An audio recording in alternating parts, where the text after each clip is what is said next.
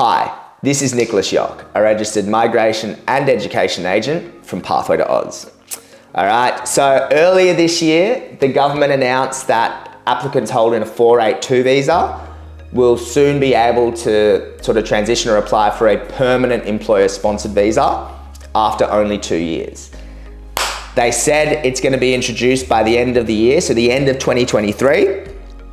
Mate, we're at the end of 2023, and there's no clear announcement about it yet, but we are getting like a little bit more, a few more affirmations, a few more sort of, announcements coming out indicating that it is going to come into effect.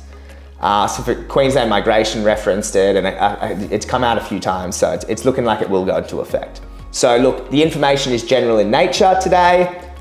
Discuss with the migration agent about your specific circumstances. However, this video will explain the likely process that will follow for you to get PR if you're going down that pathway. So the government has proposed that the applicants will actually go through the 186 or the Permanent 186 employer nominated scheme, temporary resident transition stream.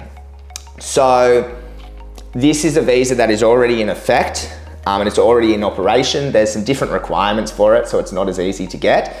However, it'll make it a lot easier because the government won't need to bring in a completely new subclass. They'll just change parts of the regulations or parts of the sort of policy for this. However, in the new proposed stream by the government, applicants should be able to gain PR in only 2 years on the 482 visa, 2 years full time. We'll be able to access it with pretty much any occupation you can get on the 482, so short term, medium to long term, or potentially regional occupation list if you're in a regional area. At the moment, you pretty much need to be in the medium to long term stream or in a regional area. You'll be able to access it anywhere around Australia. So at the moment in Melbourne, Sydney and Brisbane, it's kind of limited with what you can get, but they're saying, nah, we're gonna make it so everywhere around Australia should be able to get it.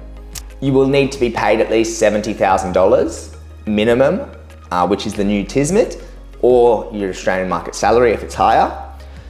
You'll need to have at least competent English, so IELTS 6 in each band, and you're still likely going to need to be nominated by your current employer.